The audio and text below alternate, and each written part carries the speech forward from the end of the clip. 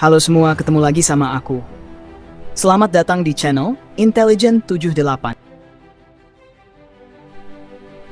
Dari Amerika Serikat, Kanada, India, hingga Afrika Selatan, dan berbagai tempat lain yang penuh kepalsuan, saya menemukan bahwa di sana juga ada pinjaman online alias pinjol. Tapi yang menarik, pinjol di luar negeri tampaknya tidak semengerikan di Indonesia. Di Indonesia, pinjol telah menciptakan dampak sosial yang luar biasa buruk. Bayangkan, sama-sama pinjol, tapi hanya di Indonesia kasus bunuh diri akibat pinjol terus meningkat. Ada yang menipu temannya, ada yang merampok, membegal, bahkan mencuri karena terjerat pinjol. Artinya, pinjol mendorong peningkatan kriminalitas di negeri ini. Kenapa bisa separah itu? Karena bunga pinjol di Indonesia benar-benar gila. Yang legal saja, yang disahkan pemerintah dan dipungut pajaknya, bunganya bisa sampai 300% setahun. Yang ilegal, lebih mengerikan lagi. Ada yang bunganya 10% per hari. Ironisnya, pemerintah seolah gagal mengatasi masalah ini, padahal jelas-jelas meresahkan masyarakat. Pertanyaannya, kalau memang meresahkan, kenapa masyarakat tetap jadi pengguna? Faktanya, di Indonesia, pinjol adalah bisnis yang sangat menggiurkan. Jumlah nasabahnya naik terus tiap tahun, meskipun kasus bunuh diri dan kriminalitas ikut meningkat. Yang lebih mengejutkan lagi, menurut data tahun 2023, total pinjaman online mencapai 50 triliun. Dan yang paling banyak meminjam justru berasal dari kalangan miskin dan menengah. Yang lebih miris, profesi paling dominan sebagai peminjam adalah guru, sekitar 40-50%. Dan pinjaman itu sebagian besar tidak digunakan untuk hal produktif, seperti investasi atau beli aset, melainkan hanya untuk konsumsi sehari-hari, hiburan, bahkan untuk membayar pinjol lainnya. Contohnya bisa kita lihat saat momen lebaran, konser, atau acara hiburan besar lainnya. Jumlah pinjaman langsung melonjak tajam. Artinya apa? Banyak orang Indonesia berani berutang demi kesenangan. Dalam kasus ini, tentu saja para pelaku pinjol, terutama yang ilegal, harus disalahkan. Tapi mereka ada karena ada konsumennya. Dan konsumen pinjol di Indonesia itu luar biasa rajin. Makanya di episode ini, saya tidak akan marah-marah ke tukang pinjolnya. Karena soal itu sudah banyak dibahas. Sekarang saya ingin menyorot para nasabah pinjol. Kenapa masyarakat kita begitu gemar meminjam, bahkan ketika mereka tahu bahayanya?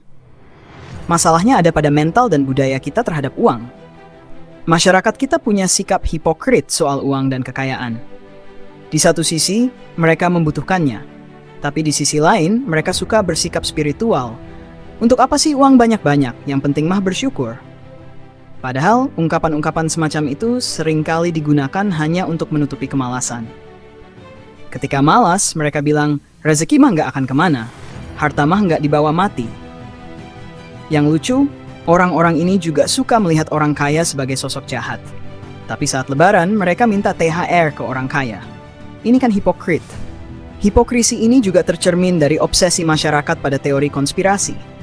Setiap orang kaya dunia, entah itu Rockefeller, Rothschild, atau Bill Gates, selalu dijadikan tokoh jahat dalam narasi konspirasi lokal. Padahal misalnya Bill Gates menyumbangkan lebih dari 90% hartanya untuk amal. Tapi fakta itu tak dipedulikan, karena kita sudah punya prasangka, orang kaya pasti jahat.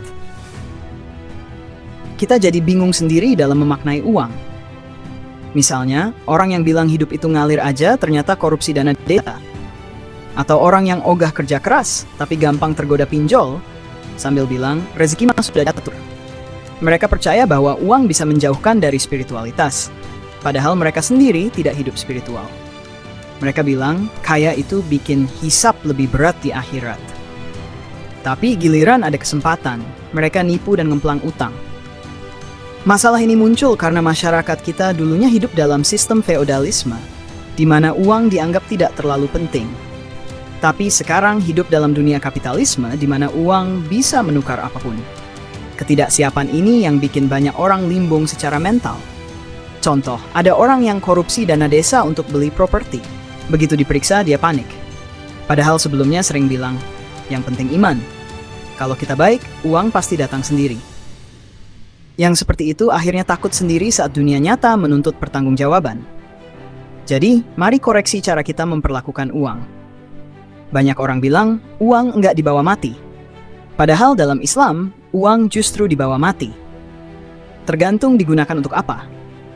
Kalau uang digunakan untuk membangun masjid, maka selama masjid itu digunakan, pahala akan terus mengalir. Sebaliknya, kalau uang digunakan untuk bikin diskotik, maka dosa pun mengalir terus. Itu artinya, uang dalam Islam sangat bernilai, bahkan setelah kita mati.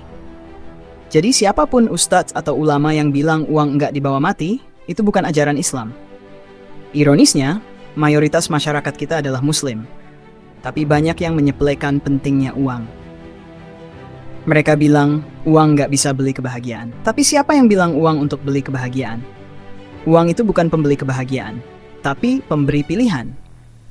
Punya uang 20.000, kamu hanya bisa makan di warteg. Punya 200 juta, kamu bisa makan di mana saja, bahkan bisa traktir satu RT. Jadi, uang itu memberikan pilihan hidup. Dan dari banyak pilihan itu, ada yang bisa membawa kebahagiaan. Masalah kita adalah, kita salah memahami uang. Kita mencibir uang, tapi diam-diam menginginkannya. Kita bilang uang itu duniawi, tapi diam-diam rela menghalalkan segala cara. Kalau pemahaman ini tidak diubah, kita akan terus hidup dalam kemunafikan. Intinya, uang bukan baik atau buruk. Yang menentukan adalah bagaimana cara kita mengelolanya, membelanjakannya, dan menggunakannya. Mulai sekarang, tolong, jangan lihat uang dengan kacamata negatif. Karena uang itu hanya alat.